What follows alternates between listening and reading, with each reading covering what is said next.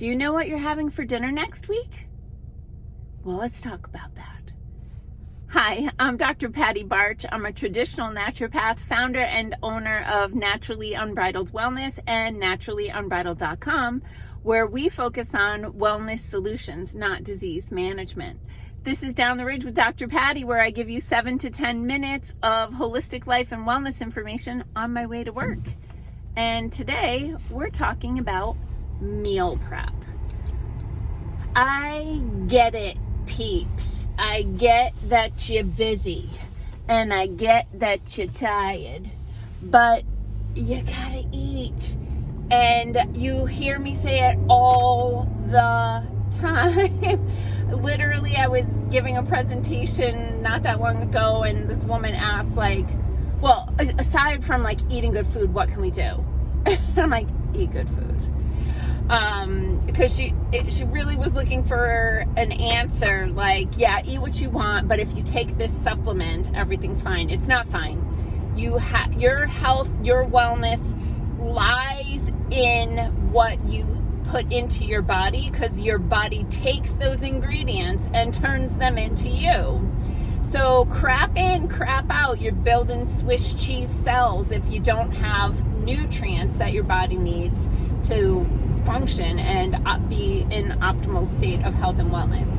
So that does start with food, and I know I've talked about this before. Families these days, individuals these days, people are going 150 miles an hour, and they don't have time to go to the grocery store to buy groceries, and they don't have time to cook the groceries, and they don't even have time to eat the meals because they got to go to this practice or this tournament or rehearsal or whatever the case may be. So I was listening to a podcast this morning while I was getting ready for work, and they were reviewing a paper that looked at fatty acids in cooking, and they compared soybean oil and corn oil to butter and coconut oil. And what they found was a small serving of French fries has the carcinogenic, meaning cancer-causing, equivalent of 25 cigarettes. Okay? The amount of cancer-causing particles, molecules in deep fried potatoes that have been fried in soybean oil or corn oil has the cancer-causing equivalent of 25 cigarettes. So this is why I'm talking about food all the time. So let's talk about some of the things that I do for meal prep. So I'm just spitballing here, shotgun approach, pick and choose whatever you like. I'm not telling you do all the things that I do, but lifesavers for me. Number one, top of the list, without fail, my Instant Pot. Okay? And some people have asked about the Instant Pot. It does have a stainless steel insert. It's not a non-stick insert or anything like that. So it's stainless steel, and it's a pressure cooker, and oh my gosh, it's life-changing. So for me, I know I've talked about this before, I've taken a frozen chicken, it is out of the freezer, the deep freeze, put it in the sink, run water over it just enough to take the plastic off, put it in the Instant Pot with a cup of water. I throw some poultry seasoning or something on the top, and then I'll pressure cook it for an hour, 75 minutes, or I don't think I've ever done 90 minutes, but maybe I have. It really depends on the size of the chicken, but I'm just eyeballing it. And I'd rather overcook it, because in a pressure cooker, as you overcook it, it gets even more tender. So that is really a time saver, because I know for me, one of the things is oh crap, I didn't defrost any meat. So you can cook meat, squirrel, literally. You can cook meat really quickly in the Instant Pot. Now, that being said, I think the limiting factor, there are, I think, two major limiting factors besides all the time in the life kind of things when it comes to meal prep. And one is not having meat defrosted, like I mentioned, and the other is cooking the starches. So I am not anti-starch, I am not anti-carb, I am pro-anti-inflammatory. which means not a lot of simple starchy carbohydrates, but I'm talking more like things like sweet potatoes, winter squash, brown rice, wild rice, that sort of stuff. So if you pre-cook your starches, you're going to be way ahead of the game. And if you cook them in an Instant Pot, everything goes faster. So you can cook, squash. What I stopped doing, I stopped peeling the winter squash. Like if I'm going to cook butternut squash in my Instant Pot, I just cut it up, take the seeds out, and then after it's cooked, I scrape the flesh out of the skin. That sounds disgusting. And put that in a container for later. So I am a huge proponent of the Instant Pot. You can get a lot done fast. My mother actually, we had gifted her an Instant Pot years ago, and she went out and bought another one because you can get so much more meal prep done if you got the chicken going in one and the rice going in another.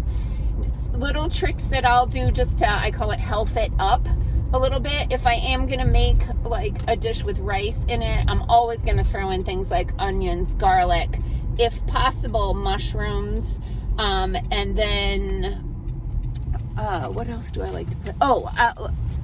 A handful of frozen kale or spinach or anything like that. Very often, any dish that I'm making, I'm looking at it and I'm looking for variety of color, because different kinds of colors represent different kind of nutrients. So I want to see if when I look at my plate or my meal, do I have a lot of color represented, or is this a pretty beige meal, right? If we're talking chicken and rice, well, with carrots or potatoes or something, that's really a beige meal. So I'm going to throw in a handful of spinach. Maybe I'll use some frozen bell peppers, like the 3-color peppers, to try to get some color into that rice dish, that sort of thing. So the thing is that healthy eating starts in your brain with like, what am I going to eat this week, right? So maybe take a look what's in your freezer. Do you have ground beef? Do you have pork chops? Do you have a roast? Do you have chicken wings? Like whatever you have, and then plan the meals. And what I do is I usually take, and I know not everybody has this much time, but I usually take a good amount of at least one day in the weekend to meal prep for the whole week, so that when I get home from work, pretty wiped out, all we have to do is heat something up and it's there. Like ideally, I would love to come home and cook every day and slice my garlic and make a beautiful salad and all the things like that. But that's just not how my life is right now. So I do a ton of my meal prep on the weekends, and I have learned to break it into portion sizes when I put it away. So like if I'm going to make something that I'm bringing for my lunch, I'm going to put it into little containers, like 5 of them, that I can just grab one a day out of the fridge and take that to work for my lunch. If I'm making breakfast sandwiches, I'm going to wrap them individually so my husband can just grab one of those.